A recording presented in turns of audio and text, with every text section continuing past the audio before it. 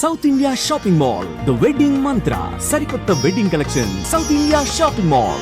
వీడి పేరు Pattabhi, ex chief minister. వీడి ఆస్తిపాస్తులు పటాన్ చెరువులో టైర్ల ఫ్యాక్టరీ, అబిడ్స్ సెంటర్ లో కమర్షియల్ కాంప్లెక్స్, సరూర్ నగర్ లో మారుతి షోరూమ్, వేరు అకౌంట్స్ లో 300 కోట్ల రూపాయల బ్యాంక్ బ్యాలెన్స్. వీడు పరంధామయ్య, ఎక్స్ రెవెన్యూ మినిస్టర్. వీడు అధికారంలో ఉన్నది 3 సంవత్సరాలు అయినా 3 తరాల వరకు కూర్చుని తినేంత ఆస్తి ఉంది. దానికి సంబంధించిన డీటెయిల్స్ ఇందులో ఉన్నాయి. వీడి పేరు Jagadish, distillery owner, excise contractor. Government కాంట్రాక్టులు మహా చౌకగా కొట్టేసి ఈ రాష్ట్రాన్ని లూటీ చేస్తున్న బిజినెస్ మ్యాగ్నెట్. వీడికున్న ఆస్తితో 10,000 మంది 5 సంవత్సరాలు భోజనం చేయొచ్చు. ఈ తోడు దొంగలందరినీ శ్రీకృష్ణ పరమాత్ముల్లా కాపాడుతూ అవకాశం వస్తే ఈ ఆంధ్రప్రదేశ్ తలరాత్రే మార్చడానికి సిద్ధమయ్యే వ్యక్తి ఎంపీ బలరామయ్య.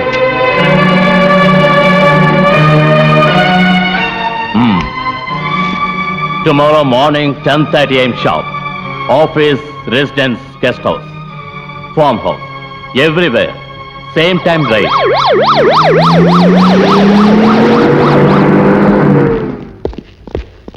హే మిస్టర్, ఏం కావాలి? ఎవరు మీరు?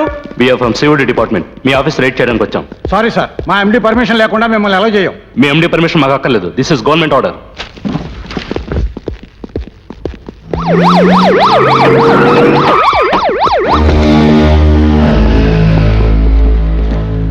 ఎవరు నువ్వు?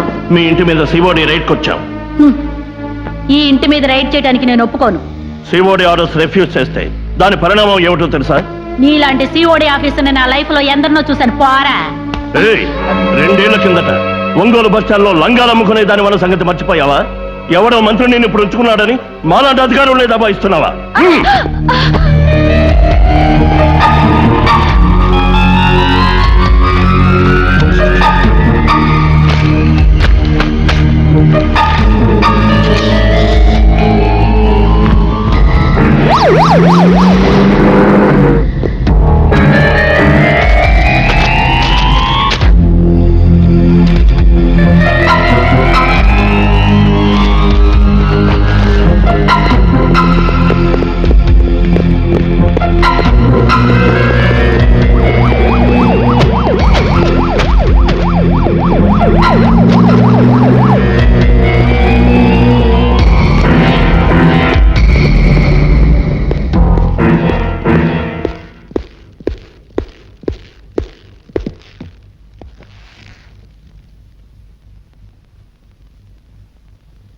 మీరు అధికారంలో ఉన్నది 3 ఏళ్ల 11 నెలల 4 రోజులు. జన సంక్షేమానికంటూ ఫారిన్ బ్యాంక్స్ నుంచి కొన్ని కోట్ల రూపాయల రుణాలు తేవడమే కాకుండా గవర్నమెంట్ ధనాన్ని స్వార్థ ప్రయోజనాలకి దుర్వినియోగం చేశారని మీ మీద కంప్లైంట్ ఉంది.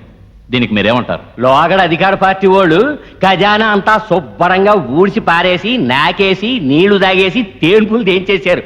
మా పార్టీ వాళ్ళు అధికారంలోకి వచ్చాక ఖజానాలో ఏముందా అని తలుపులు తెరిచి చూసాం. బోల్డని పందికొక్కులు ఉన్నాయి. వాటన్నిటినీ తరివేసి ఆ బొక్కలన్నీ పూడ్చేసరికి గవర్నమెంట్ దివాలా తీసి దిక్కు లేకుండా అయిపోయింది. ఎర్రోళ్ళు అడుగుతావేటయ్యా? మేము కనుక ఏదో కాస్తో కోస్తో సాధించాం. మరొకరైతే ఆంధ్ర రాష్ట్రాన్ని అమ్మేసి ఉండేవాళ్ళు. షటప్.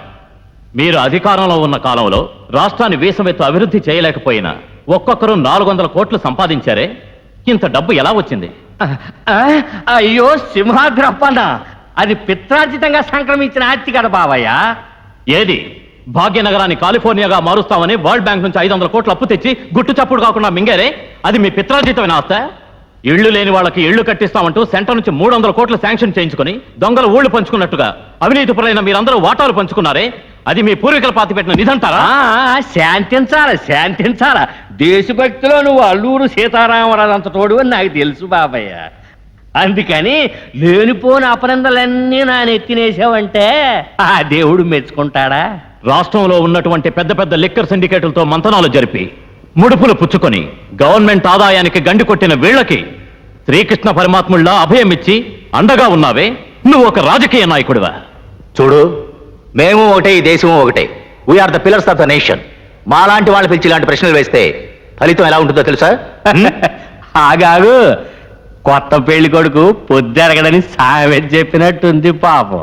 2 ఎకరాల పొలం కొనుక్కోవడానికి ఒక మనిషి ఎన్నో సంవత్సరాలు నానా కష్టాలు పడాల్సి ఉంటుంది. అలాంటప్పుడు అధికారంలోకి వచ్చిన 3 నెలల్లోనే ఏలూరు దగ్గర 1000 ఎకరాల ఎస్టేట్ పెళ్లాం పేరుతో కొన్నావే. ఇదంతా చెమటోచి నువ్వు సంపాదించిన డబ్బంటావా? కులాల పేరు చెప్పుకొని దొంగ ఓట్లు వేయించుకొని మీరు ఎన్నికల్లో గెలిచి పదవుల్లోకి వచ్చారు. మీ మామలు బావలు సెంటర్లో ఉన్నారన్న ఒకే కారణంతో ఎల్పీజీ పెట్రోల్ బంక్ లైసెన్సులు మీ వాళ్ళందరికీ కట్టబెడుతున్నారే. మీరు నిజమైన రాజకీయ నాయకులా? మీరు బలవంతంగా మా మీద అభియోగాలు మోపితే అవి నిజం కావు.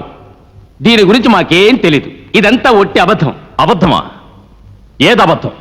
పటాన్ చెరువులో టైర్ల ఫ్యాక్టరీ, యాబిడ్ సెంటర్ లో కమర్షియల్ కాంప్లెక్స్, సరూర్ నగర్ లో మారుతి షోరూమ్, బంజారా హిల్స్ లో 6000 స్క్వేర్ ఫీట్ ఏసీ బంగ్లా, ఇది అబద్ధమా?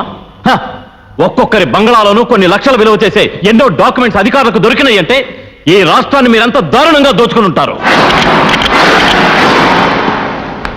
నే చెప్పేది అబద్ధం కావచ్చు, మీరు చెప్పేది అబద్ధం కావచ్చు, కానీ మీ చరిత్రంతా సాక్ష్యాధారాలతో రాసి ఉన్న ఈ రికార్డ్స్ అబద్ధం చెప్పవు. ఇవన్నీ మీరు అధికారంలో ఉన్నప్పుడు మీరు చేసిన అక్రమాలు, నేరాలు ఒప్పుకొని మీరే మర్యాదగా సరెండర్ అయితే సరే, లేకపోతే మీ గతి ఏమవుతుందో నేను చెప్పను, కోర్టే నిర్ణయిస్తుంది. ఇక మీకున్న గడువు 48 గంటలు మాత్రమే. Just 48 hours.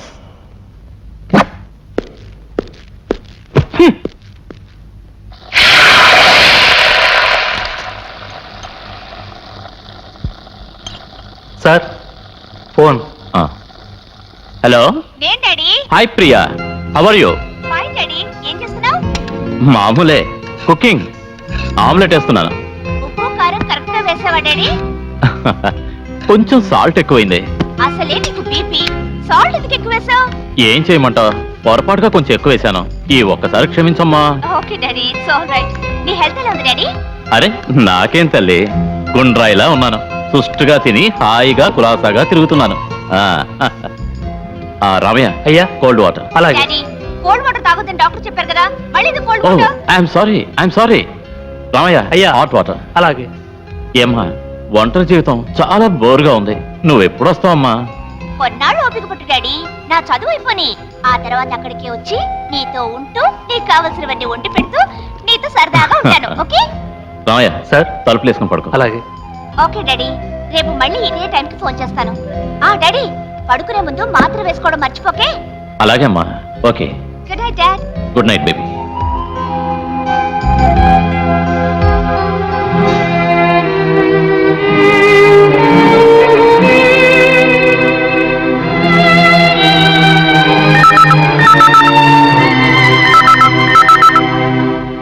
Hello.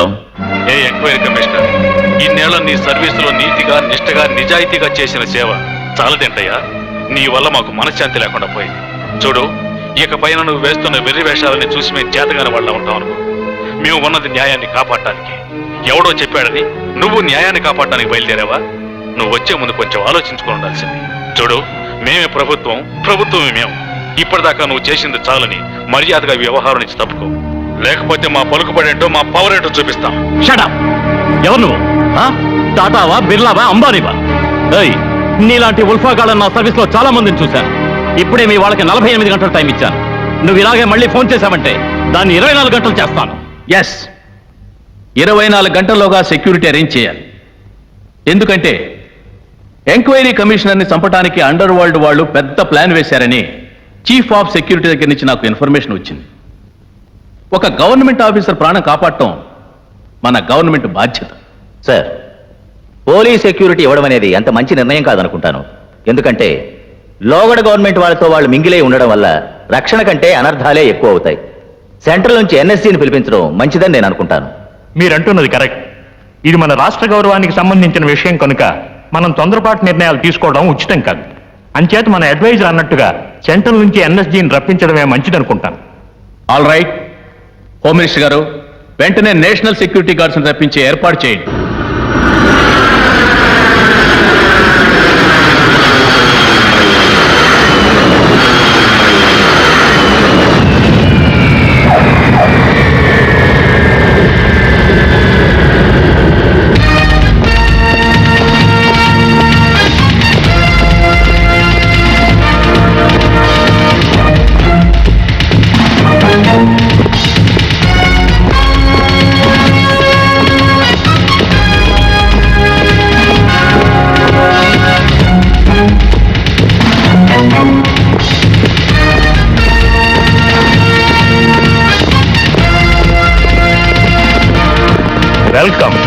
I'm Sangram Singh from NSG. Please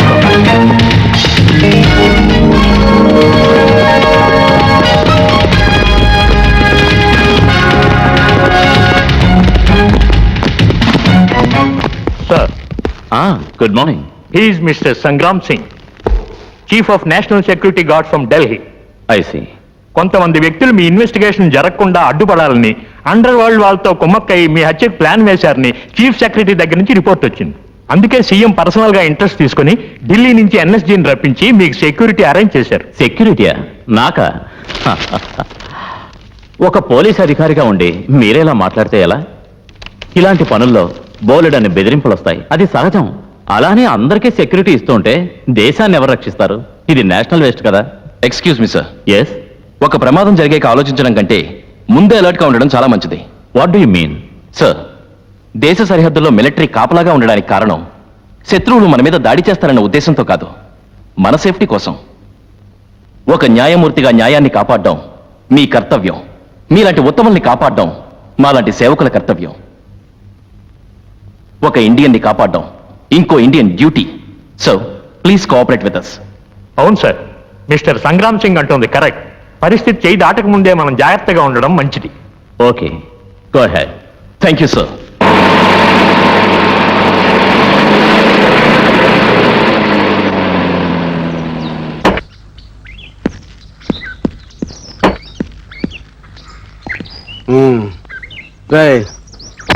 లాంతర సంబంధం తెలుసా నీకు? నేను వచ్చినంత వరకు అలాగే ఉండు.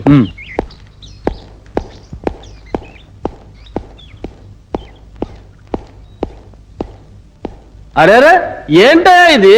ఎలక్షన్ లో ఓడిపోయిన అలా కూర్చున్నారు. ఈ పదవుల్లో ఎందుకున్నావా అని నెత్తి నోరు కొట్టుకుంటూ ఏడవాలనుకున్నావు. పాపం నువ్వు ఇంకా రాలేదు కదా. నువ్వు వచ్చాక నలుగురం కూకుని కోరసలాగా నెత్తి నోరు కొట్టుకుని ఏడుద్దాం అనుకుంటున్నావు. పెతాపురం పెచ్చనా కొడక. ఆ ఎంక్వైరీ కమిషనరు మనందరినీ ఉరికమ్మ ఎక్కించాలని తాడుకు ఎంతుకోకున్నాడు. నువ్వేమో జురాసిక్ పార్క్ లో డైనాసర్ లాగా స్లో మోషన్ లో వచ్చి ఏంట్రా ఎలక్షన్ లో ఓడిపోయిన వాళ్ళ కూకున్నారు అని అడుగుతున్నావే. సిగ్గులేదు నీకు? చెప్పరా నీ అబ్బా. నేనున్నప్పుడు మీకేం భయం అయ్యా? ఏయ్, వాడు మనకు పెట్టిన గడువు ప్రకారం ఇంకా మనకున్న టైం 8 గంటలే. ఈలోగా మనం సరెండర్ అవ్వకపోతే అందరం కట్టకట్టుకుని జైల్లో కూర్చుని చెప్పకూడు తినాల్సిందే. మేమే కనుకైతే పోతే పోయిందని సరెండర్ అయ్యేవాళ్ళం. ఇందులో ఇరుక్కున్నది ఒకళ్ళ ఇద్దరా? పార్లమెంట్ మొత్తం ఇరుక్కుంది.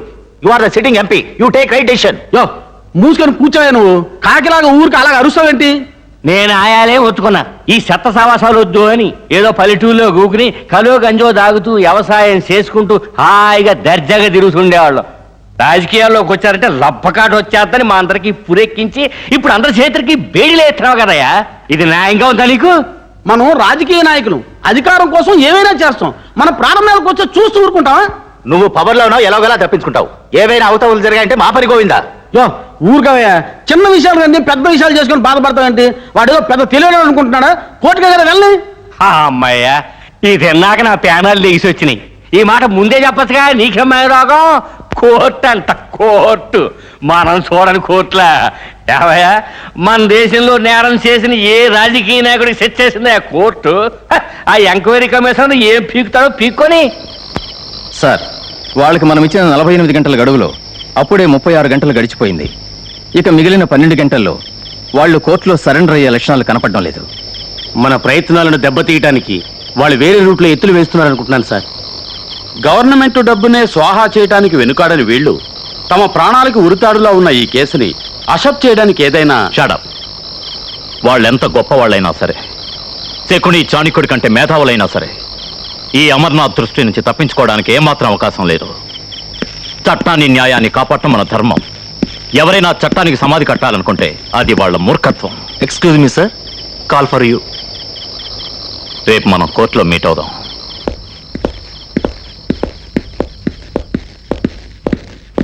మీ అమ్మాయి దగ్గర నుంచి.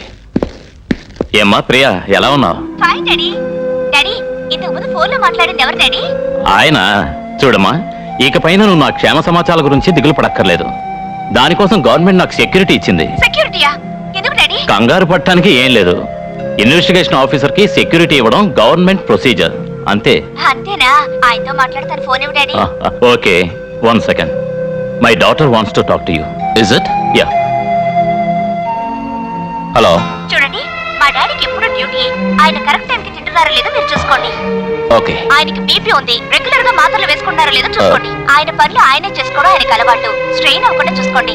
ఓకే. ఆయనకి వాకింగ్ వెళ్లే అలవాటు ఉంది, దయచేసి జ్ఞాపకం చేస్తారా? ఓ షూర్ సార్. డాడీ, ఆయనకి అన్ని డీటెయిల్స్ చెప్పాను. ఆ తర్వాత ఓకే అమ్మా, చాలు. నువ్వు ఆయన మెదడు తిన్న చాలు. రేపు మాట్లాడదాం. Okay, good night daddy. Good night.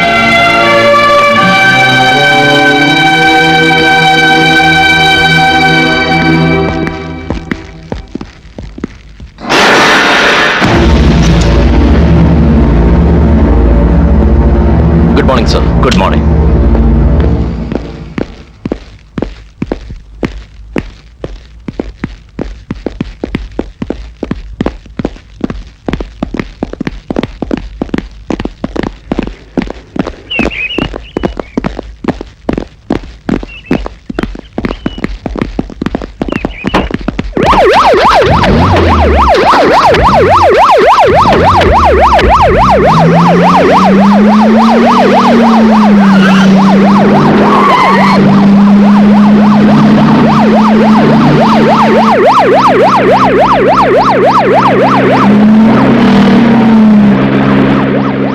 Sir, మీరు తీసుకున్న ఈ బోల్డ్ స్టెప్ సెన్సేషనల్ న్యూస్ గా పేపర్లో వస్తే దానికి ఎంతమంది సంతోషపడతారో, ఎంతమందికి హార్ట్ అటాక్ వస్తుందో చెప్పలేము సార్.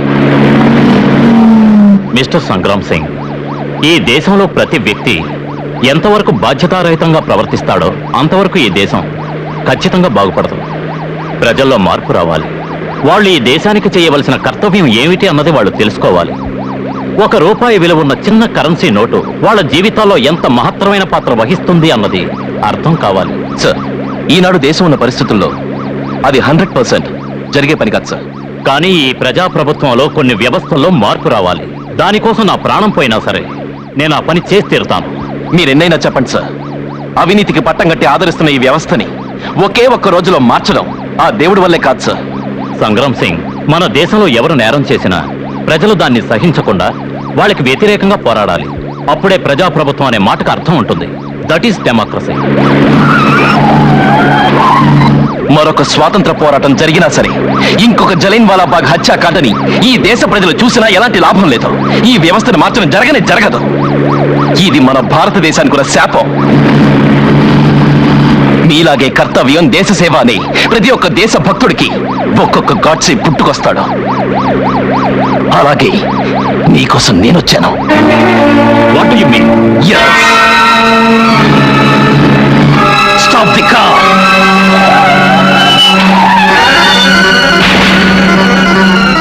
మీరెలా ముందుకేసిన అడుగుని వెనక్కి తీసుకోను, నేను అలాగే పెట్టిన గురిని ఎప్పుడూ మార్చను. No no officer, please. No compromise. No.